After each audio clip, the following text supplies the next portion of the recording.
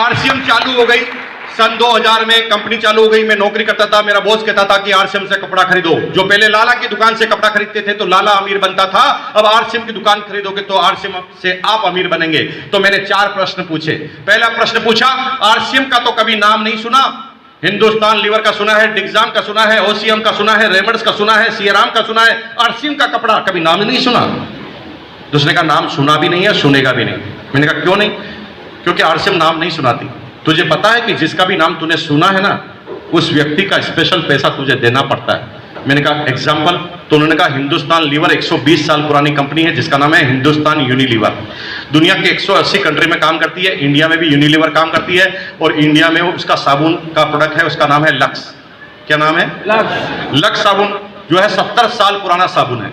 लेकिन 25 साल 22 साल पहले ऐश्वर्या राय मिस वर्ल्ड बनी, दुनिया की सबसे खूबसूरत महिला का खिताब जीता। तो लक्स कंपनी का जो डायरेक्टर है ना, वो ऐश्वर्या राय के पास गया।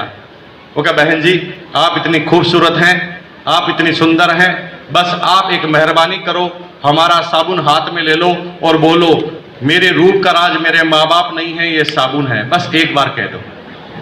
तो ऐश्वर्या राय ने कहा चुप, मैं अपने माँ बाप का प्रोडक्शन हूं, साबुन का प्रोडक्शन नहीं हूं। ये बात डायरेक्टर को पता थी, तो डायरेक्टर ने जेब में से 20 करोड़ का चेक निकाला और ऐश्वर्या राय को बताया सिर्फ एक लाइन बोलने का मिलेगा 20 करोड़। तो ऐश्वर्या राय ने कहा इतने में तो मैं अपने बाप को भी बदल सकती हूं। हेलो। तो ऐश्वर्या राय ने साबुन हाथ में लिया और बोला मेरे रूप का राज लक्स इंटरनेशनल। तब से हमारे भाई और बहन साबुन को रगड़ते जा रहे हैं कि ऐश्वर्या राय जैसा कलर हो जाएगा। कलर तो छोड़ो, खरोंचे आ गई है पूरे शरीर पर उस साबुन को लगा कर। तुम सोच रहे हो कि साबुन पे एक ही तरह का टैक्स होता है? साबुन पे जीएसटी तो विजिबल टैक्स होता है, एक अनविजिबल टैक्स बताता हूं। जब भी आप ऐश्वर्या राय का वो लक्स साबुन लेकर आते हो ना, तो 8 रुपए टैक्स देकर आते हो, ऐश्वर्या राय टैक्स। हर साबुन पे कितना टैक्स? 8। मुझे बात समझ में आ गई। मैंने कहा मेरे को नाम से मतलब नहीं है। तो मैंने दूसरा प्रश्न किया कि भाई साहब तुम्हारी कंपनी तो केवल कपड़ा बनाती है, मैं तो कई प्रोडक्ट खरीदता हूं। तो इसने कहा कंपनी पहला प्रोडक्ट कपड़ा लेकर आई है।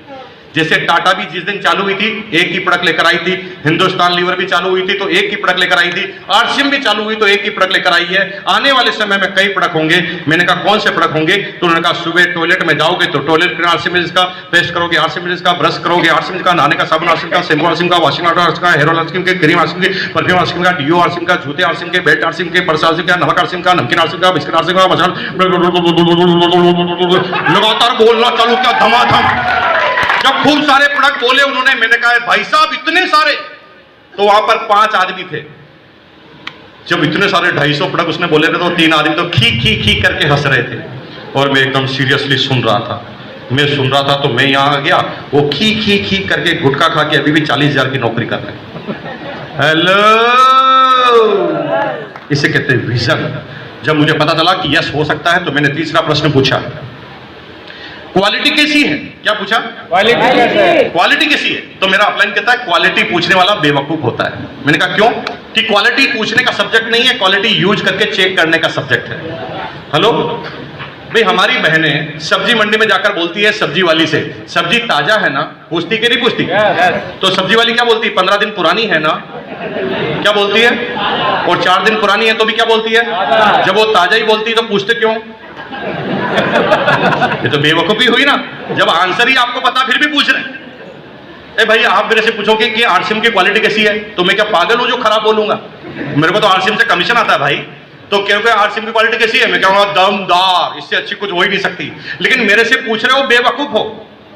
पूछना नहीं। किससे पूछना? बाहर काउंटर लगा है, आरसीएम का पिकअप सेंटर पास में है, 9 रुपए दो, साबुन लो, नहाकर देख लो। 9 रुपए दो, बिस्किट खाओ, खाकर देख लो। 9 रुपए से नमकीन लेकर खाकर देख लो। अगर 9 रुपए नहीं है तो 1 रुपए का शैम्पू का पाउच लो, नहाकर देख लो। पूछकर क्या मिलेगा? कुछ भी नहीं मिलने वाला। बेवकूफी है। इसलिए मेलोडी खाओ, खुद जान जाओ।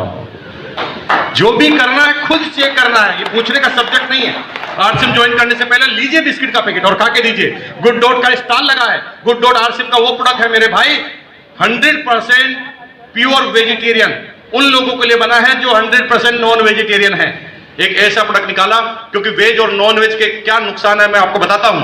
दुनिया में अभी जितने भी रिसर्च चल रहे हैं वो चल रहे हैं नॉन वेज खाने के दुष्प्रभाव।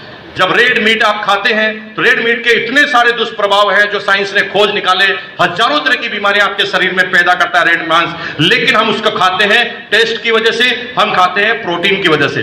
दो मात्रा में बहुत अच्छी चीज होती है, टेस्ट भी बहुत होता है, प्रोटीन भी बहुत होता है, लेकिन उसके चक्कर में कई बीमारियां भी हमारे शरीर में आती है। एफएमसी कॉर्पोरेशन अमेरिका के साथ कोलैबोरेशन करके, बियॉन्ड मीट जैसी कंपनियों के साथ कोलैबोरेशन करके आरसीएम बिजनेस एक ऐसा प्रोडक्ट लेकर आई जो 100% प्योर वेजिटेरियन है, लेकिन अगर किसी भी नॉनवेज आदमी को बिना बताए खिला दे तो वो पता ही नहीं लगा सकता कि ये वेज है कि नॉन वेज, और वो खाकर मस्त हो जाएगा। अब इसका फायदा क्या हुआ? प्रोटीन उससे ज्यादा मिल गया और 100% प्योर वेज मिल गया, शरीर को बीमारियों से दूर भी रखा, प्रोटीन भी पूरा मिल गया। और मजे की बात है कि कंपनी ने आज एक डेमो स्टॉल लगाई है। बात कंपनी ने डेमो स्टॉल लगाई है। एक डाइट 150 रुपए में पड़ती है, 125 से 150 रुपए में पड़ती है जब आप घर पे बनाते हैं। लेकिन कंपनी यहां पर एक सब्सिडी रेट में आपको एक प्रोडक्ट अवेलेबल कराती है, चावल के साथ करी। जब आप वेज करी खाएंगे तो चावल के साथ उसे मिलेगी, और वो मिलेगी केवल 50 रुपए में। आज का खाना इसी को खाइए और आप पता लगाइए कि इस खाना खाने के बाद क्या हुआ। तो अभी का अभी आज का आज प्रोडक्ट टेस्ट भी हो जाएगा और पेट भी बढ़ जाएगा, उल्टा पुल्टा खाने से भी बच जाओगे। बाहर स्टॉल लगी है, वहां थोड़ा खाना कम मिलेगा, तो आप एक आदमी लेके 3-4 बार लेना, क्योंकि सबका नंबर ही नहीं आएगा, बहुत कम बना है जैसा मुझे बताया गया है। लेकिन आपके लिए फ्री में वो काम रखा है, 50 रुपए मात्र आपको चार्ज देना। तो क्वालिटी खाओ, खुद जान जाओ। जब तक क्वालिटी आप यूज नहीं करेंगे तब तक पता नहीं चलेगा। आप जब वो नॉनवेज की करी खाएंगे जो 100% वेजिटेरियन है तो आपको पता चलेगा कि आरसीएम की क्वालिटी क्या है। आज खा के जरूर जाना, दिमाग मत लगाना। क्वालिटी के बारे में प्रश्न पूछा तो मैंने चौथे नंबर पर प्रश्न किया, भाई साहब रेट क्या है? रेट ज्यादा तो नहीं है? क्या पूछा? रेट ज्यादा तो नहीं है? तो उसने कहा रेट का जवाब भाई साहब कंटेंट देते हैं। कार 2 लाख की भी आती है, कार 2 करोड़ की भी आती है। कार की रेट डिसाइड नहीं होती, कार में लगे हुए सामान से रेट डिसाइड होती है। शर्ट 100 रुपए का भी आता है, शर्ट 3000 का भी आता है। शर्ट के नाम से रेट डिसाइड नहीं होती, शर्ट में जो क्वालिटी है उसके नाम से रेट डिसाइड होती है। हेलो, सही कह रहा हूं कि नहीं? भाई एक कार 2 लाख रुपए की है, यहां से आप पटना जाओ, एक 2 लाख की कार लेके यहां से पटना जाओ तो कार ऐसी ऑटोमेटिक होती है कि सोकर उसके काम नहीं करते। साला पटना जाओ तब तक पूरे शरीर की ऑटोमेटिक मसाज हो जाती है। 3 दिन तक फिर सोना पड़ता है। और वो कार है ना, ऑटोमेटिक टेप रिकॉर्ड वाली कार होती है, जिसमें टेप रिकॉर्ड एकदम बंद होती है, लेकिन जो ही स्पीड ब्रेकर पे झटका लगता है कार का, ठंग मेरे अंगने में गाना चालू होता है ऑटोमेटिक, है ना। और गाना चेंज भी कब होता है? जब एक झटका और लगता है फिर गाना चेंज। एक कार है 2 लाख की और एक कार आती 2 करोड़ की। 2 करोड़ की कार ना मालिक की शक्ल पहचानती है, और वो गेट यूं नहीं खुलता, वो गेट यूं खुलते हैं टाक। मालिक जब कार में बैठता है ना तो उसमें टेम्परेचर कंट्रोल नहीं करना पड़ता। आपके शरीर का टेम्परेचर जो ही सीट पर जो सेंसर लगे हैं उसके पास जाता है, वो ऑटोमेटिक आपके टेम्परेचर को कंट्रोल करते हुए एसी भीनी भीनी चालू कर देना चालू करता है। और भाई उसका स्टूडियो सिस्टम इतना पावरफुल होता है कि जिस गाने से सबसे ज्यादा नफरत है ना, वही गाना जब उसके अंदर चलाओ तो ऐसे लगता है जैसे प्रेमिका गाना गा रही है। और भाई उसके अंदर मसाजर लगे हुए हैं, है ना। मसाजर बैठते ही शरीर की आपकी मसाज होने चालू होती है। ऐसे मसाज करती है वो मशीन जैसे बीवी टांगे दबा रही है, हाथ दबा रही है। आदमी कब जाकर बॉम्बे पहुंच जाता है, कब वो पटना पहुंच जाता है, पता ही नहीं चलता। एक कार 2 करोड़ की, एक कार 2 लाख।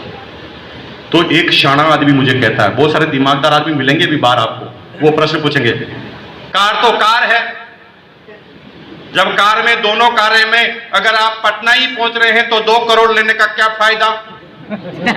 हेलो, ऐसे शाने मिलेंगे, है ना। क्या फर्क पड़ता है? 15 मिनट का 2 करोड़ ज्यादा दिया जा सकता है क्या? ऐसी सी बातें करेगा कि नहीं करेगा? मैंने कहा मेरे कार लाया हूं, तो उसने कहा इतनी महंगी कार लाने का क्या फायदा? मैंने कहा भाई साहब पटना जाते तो पता ही नहीं चलता, पटना जाते हैं तो पता ही नहीं चलता, ऐसा करके क्या फायदा हुआ? साला 2 करोड़ लगाया और पता ही नहीं चलता। कम से कम ट्रैक्टर लाता तो पता तो चलता।